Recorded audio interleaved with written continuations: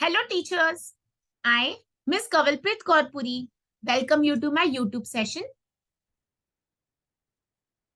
सबसे पहले मैं आपको थैंक यू देना चाहती हूँ कि मुझे कल की मेरी पेपर 1 की जो मैंने टीचिंग एप्टीट्यूड की एक वीडियो अपलोड की थी जिसमें मैंने 1 क्वेश्चन 4 कॉन्सेप्ट सीरीज को स्टार्ट किया है, तो मुझे काफी अच्छा उसका फीडबैक मिला है और मुझे अच्छा लगा कि आप लोगों ने मेरे चैनल को सब्सक्राइब किया, लाइक किया, शेयर भी किया और कमेंट भी किया।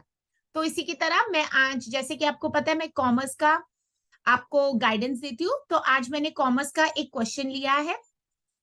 और अगर मैं हमेशा रिक्वेस्ट करती हूँ, आपने अगर अभी तक सिलेबस डाउनलोड नहीं किया है तो वो गलती नहीं कीजिए, क्योंकि हमें पता ही नहीं लगता है कि ये क्वेश्चन कौन से सिलेबस से पूछा गया है या कौन से टॉपिक से पूछा गया। तो आज हम देख लेते हैं, ये unit 7 banking and financial institutions का क्वेश्चन है और ये अभी रिसेंट अटेम्प्ट में क्वेश्चन पूछा गया है। मैं कोशिश करना चाहती हूँ कि जब आप एक क्वेश्चन पढ़ रहे उसके अंदर की जो अदर ऑप्शन है आप उसको भी स्टडी कीजिए, ठीक है। तो देख लेते हैं क्वेश्चन को। If the subject matter of the insurance is the ship, the marine insurance is called. Now quickly when you read the question you should understand this is from which unit, and sometimes what happen when we are not well versed with the syllabus or we have not checked the syllabus, then it comes to our mind कि marine insurance हमने कब पढ़ा है। Okay, so understand the first step or the first key to success is always your checking the syllabus and understanding कि हमको क्या पढ़ना है और हमने अब तक कितना पढ़ लिया। अभी अगर आप बात करें तो हमने ये इंश्योरेंस कहीं ना कहीं अपने जूनियर कॉलेज में भी स्टडी किया है या कभी स्कूल में भी स्टडी किया होगा, ठीक है। तो देख लेते हैं। अब वो कह रहे हैं the subject matter of the insurance, अगर हमने जिस चीज के लिए इंश्योरेंस कराया है, यहाँ पर कह रहे हैं हमने इंश्योरेंस कराया शिप के लिए। Now when you talk about the ship in terms of marine insurance, definitely ship का मतलब क्या रहता है, वेसल, ठीक है। तो उसमें 4 ऑप्शन है हमको, कार्गो इंश्योरेंस, हल insurance, freight insurance and voyage insurance, ठीक है।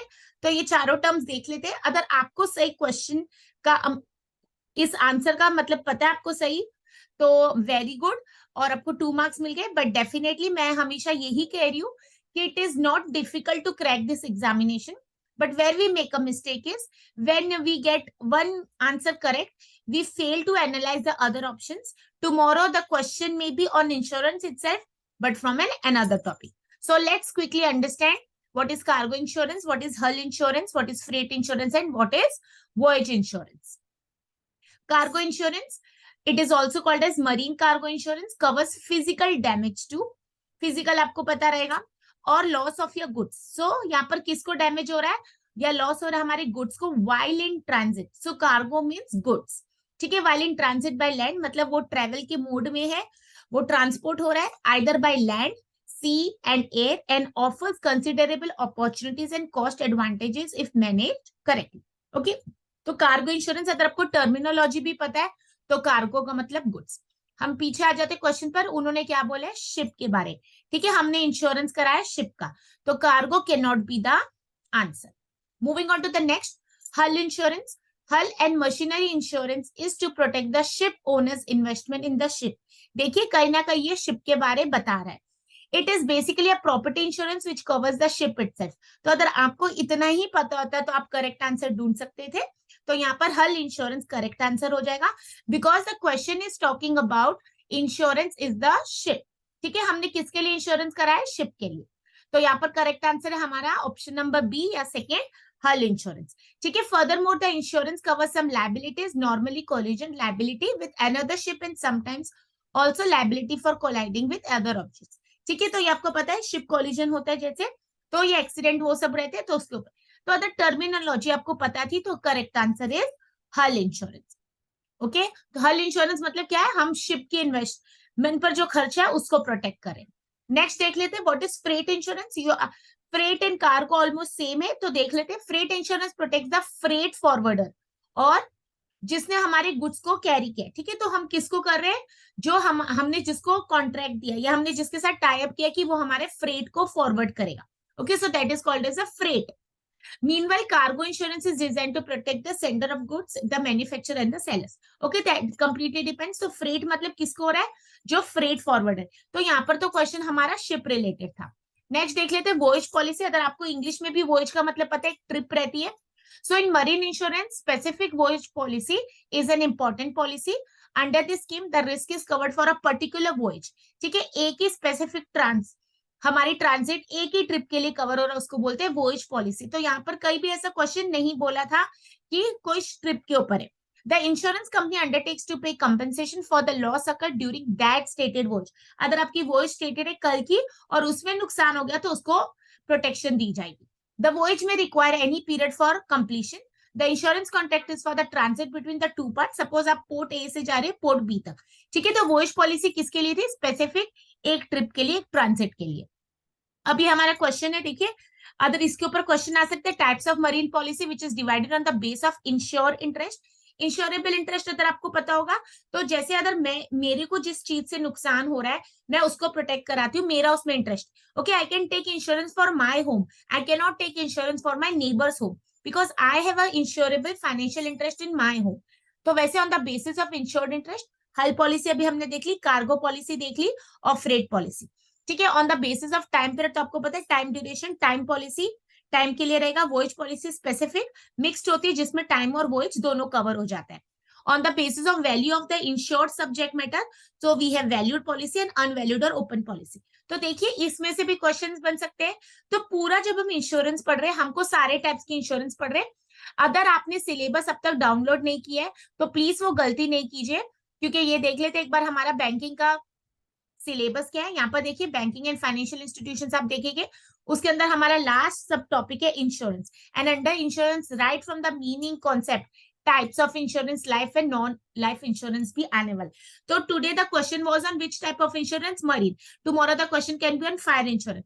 तो what you need to do is, आपने जो भी बुक पसंद की है या बुक खरीदी है या कोई भी नोट्स आप रेफर करें, कोई भी चैनल आप वॉच करें, आप देखिए आप इंश्योरेंस को कंप्लीटली कवर कर लीजिए। अब जैसे मैंने वन कॉन्सेप्ट वन सीरीज ये क्यों मैंने स्टार्ट किए, क्योंकि मेरे साथ आपकी भी प्रिपरेशन हो जाएगी। अब जैसे आज मैंने आपको बता दिया, कल मैंने टीचिंग मेथड्स में बात की थी, तो आप कोशिश करके कल टीचिंग मेथड्स को पूरा कवर कर लीजिए। और आज जैसे मैंने कॉमर्स का ये टॉपिक स्टार्ट किया है, तो इसमें आप क्या कर सकते हैं, आज जाके इंश्योरेंस के बारे में कंप्लीट अंडरस्टैंडिंग कर लीजिए। ठीक है, क्वेश्चन भले आज मुझे मरीन इंश्योरेंस है, बट मुझे पता है सिलेबस में मेरे पास कितने टाइप्स की इंश्योरेंस है। मेरे पास फायर इंश्योरेंस भी है, लाइफ इंश्योरेंस भी है, ठीक है, और मरीन इंश्योरेंस। इसको इन डेप्थ स्टडी कीजिए। आप गूगल पर भी सिंपल टाइप करेंगे, कोई भी ऑथेंटिक सोर्स के नोट्स देख लीजिए, इंश्योरेंस का मीनिंग, इंश्योरेंस के कौन से गाइडलाइंस होते हैं, ठीक है, जैसे हमने वो देखा हुआ इसके principles of utmost good faith होता है, ठीक है, वो सारी चीजें भी इसमें कवर होती है। If you are from banking and insurance background then definitely this is what you have been studying through years. Okay, and otherwise भी हमारे कॉमर्स का ये syllabus part. Okay, so understand terminology. ये क्वेश्चन में कुछ भी इन डेप्थ नहीं था, ना प्रिंसिपल्स थे ना प्रोवाइडेड। अगर आपको इंग्लिश में ही पता होता, कार्गो मतलब गुड्स, फ्रेट मतलब जो फ्रेट जिनके साथ हम करते tie up, freight insurance, voyage मतलब स्पेसिफिक ट्रिप। तो here they are talking about the vessel and the ship. ठीक है, तो यहाँ पर करेक्ट आंसर है बी, हल इंश्योरेंस। तो आज आपका होमवर्क क्या है, आप इंश्योरेंस को कंप्लीटली स्टडी करेंगे। And whenever you are studying any topic, I'll request you to solve few questions on it, because today the question was on marine insurance. Tomorrow the same question can be framed in a different manner. So the question can be on the base of cargo, hull insurance or freightage. So better buy any authentic book, refer to particular notes, और वो authentic होनी चाहिए, and start preparing your notes. As I earlier also have explained in my past videos that whenever you are studying for NetSec, always keep a diary with you. Okay, एक book बना लीजिए, उसमें notes बनाइए, तो आज insurance आपका topic cover होगा। Today you are talking about this 4 concepts, tomorrow you will be talking about another 4 concepts. ठीक है, ये मैं 5 मिनट में कोशिश करूँ आपको समझाने के लिए, क्योंकि इससे क्या हो जाएगा, आपको भी मोटिवेशन हो जाएगी, और मैं अगर रोज एक क्वेश्चन लेके आऊंगी आपके साथ, तो आपको भी उसकी प्रैक्टिस बन जाएगी, और कहीं ना कहीं आपने सिलेबस को स्टार्ट करके एंड भी कर दिया होगा। ओके, तो प्लीज मेरी रिक्वेस्ट है आप इसको अच्छे से स्टडी कीजिए, आज डिटेल में पढ़िए इंश्योरेंस के बारे, और कोशिश कीजिए इस टॉपिक को आज ही खत्म कर दीजिए।